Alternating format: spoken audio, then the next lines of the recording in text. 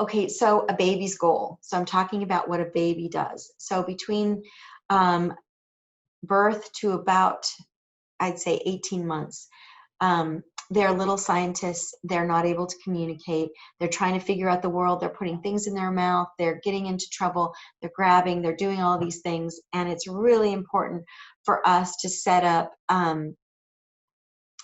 ways for them to be a scientist in a safe place, right?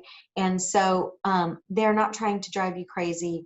From their perspective, they're trying to discover the world, and you are getting in their way. And so how do we set ourselves up so that our child can be um, uh, comfortable and able to do kind of what they want to do? Obviously, when they're really little, between birth and 6 months, it's not too hard to keep them in a safe place. But once they start walking, about 9 months to a year, it's important to provide them with a safe space. And so think of it in terms of like a preschool classroom where they can go in and touch every single thing in that classroom and nothing will cause them um, pain. I mean, they might trip and fall and those types of things, but I mean, they're not sticking small objects into their mouth and nose because the classroom environment is set up to keep them safe. And so we need to do similar things at home.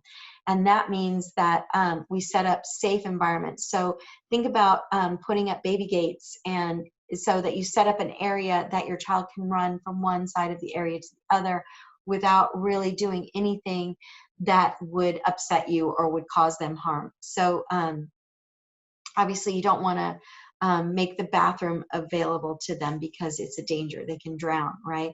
And so you want to make sure that the bathroom doors are closed and make sure you put in baby safety devices throughout the house so that things are safe. But when they're playing, an area in the house, maybe it's a bedroom, maybe it's the family room, whatever that looks like, that is a safe environment with toys that they can play with and areas that they can run and do things without causing issues, is so important.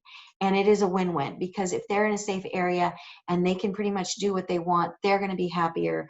You're going to have some free time to read a book or to read a magazine or read your phone, whatever that is. Um, but it gives them a little bit of freedom. Obviously, you always have to keep an eye on your baby, but you want to set it up so that it gives them more freedom and gives you less stress. So